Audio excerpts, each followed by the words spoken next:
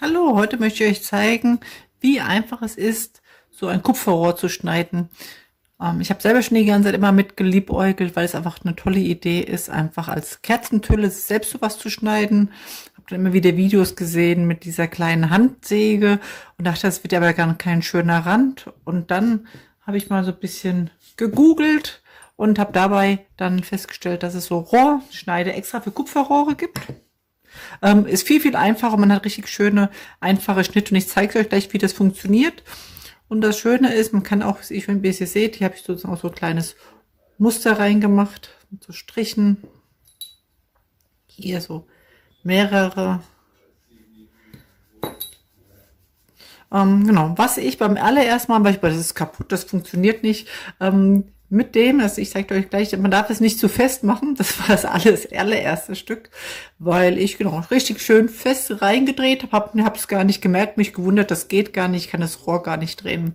Liegt einfach dran, dass durch diese Schraubzwinge, die ich euch gleich zeige, das dann so fest drin war, dass sich das ganze Rohr verbogen hat.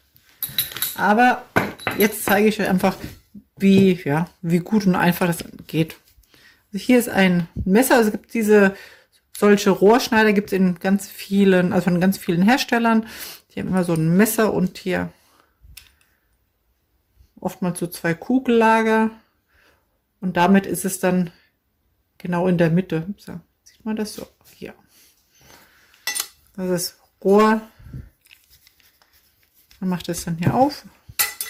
Das Rohr geht hier drauf. Man muss halt nur gucken, dass es direkt hier dazwischen liegt.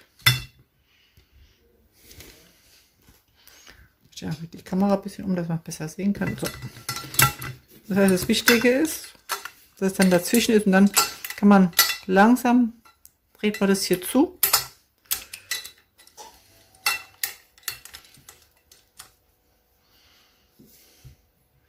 Genau. Bis dieses Rohr, je nachdem welche Länge man hat. Ich zeige euch, machen wir jetzt erstmal die Technik. Also ihr könnt es vorher ausmessen mit dem Lineal. Wie lang soll das sein? Und markiert euch dann mit einem Strich.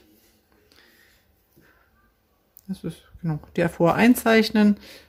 Hier, wo das Messer ist, da wird jetzt geschnitten. Das heißt, hier mache ich jetzt nur so fest, dass das Rohr direkt bei diesen Kugellager liegen bleibt und dass es mir nicht nach hinten wegrutschen kann.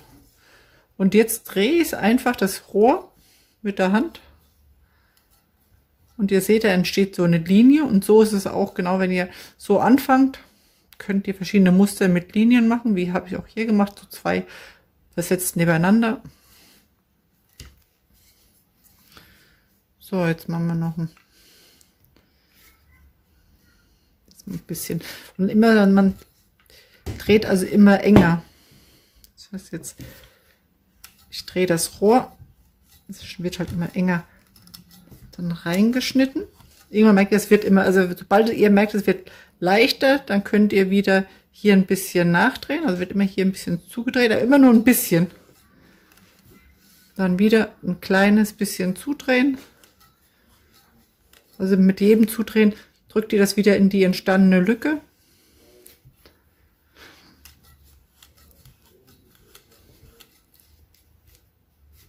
Und ihr seht, also es dürfte jetzt nicht mehr lang gehen. Das müsste jetzt hier im Moment dann abfallen.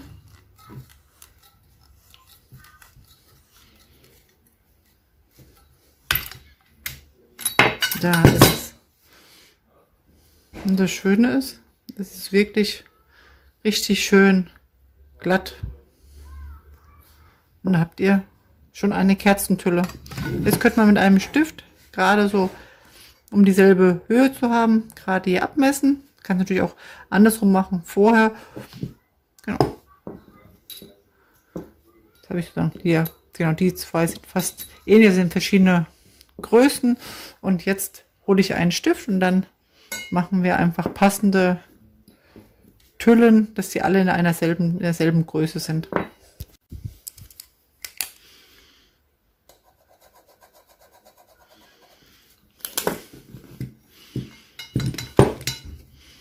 So, dasselbe, ich drehe jetzt wieder auf.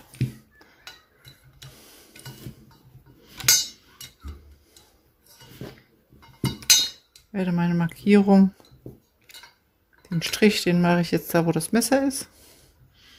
Weil da möchte ich ja, dass es dann geschnitten wird.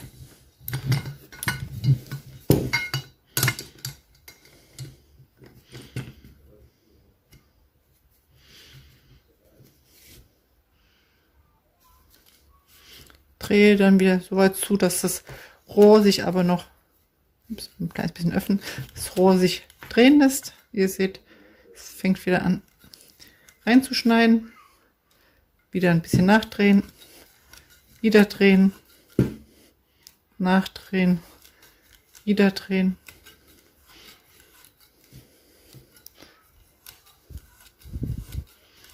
Ich stelle meist so genau ein kleines bisschen hier nach und dann meistens so 2, 3 Runden. Oh, das war's schon. Und fertig. Und schon haben wir 2 gleich große Hüllen. Da ich ein Adventsgesteck, also für ein Adventsgesteck das haben möchte, mache ich jetzt sozusagen 4-mal dieselbe Größe. Ach, hier habe ich sogar einen Strich schon, den nehme ich gerade. Den brauche ich ja nicht nochmal anzuzeichnen.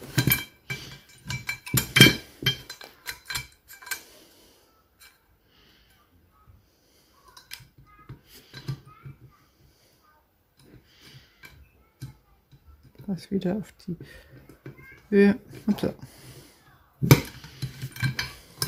Ups, war noch nicht oft genug. So, genau, so mal zur Sicherheit.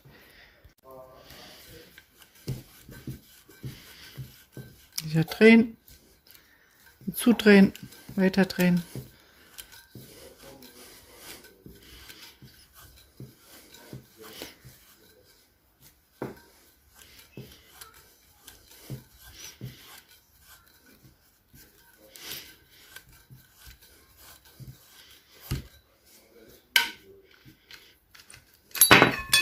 Und wieder fertig.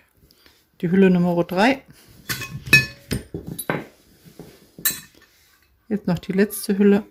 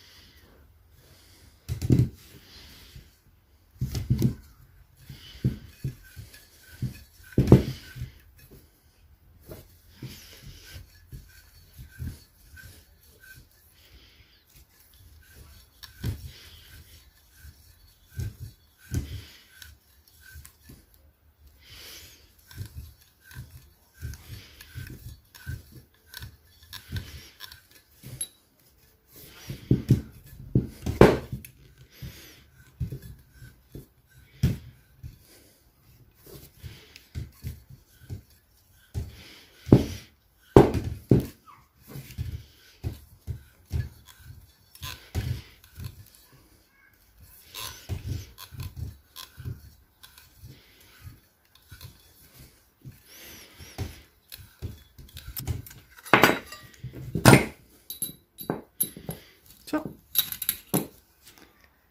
Fertig sind meine 4 Kerzenhüllen für mein Adventsgesteck.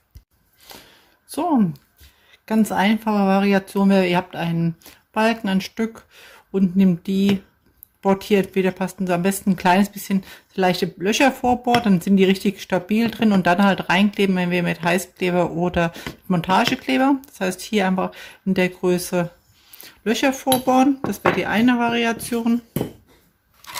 Und welche ich machen werde, ist, ich habe hier so ein altes Brett und habe hier Steckschwamm. Und das wird meine Grundlage, wo ich dann die Kerzentüllen verwenden werde.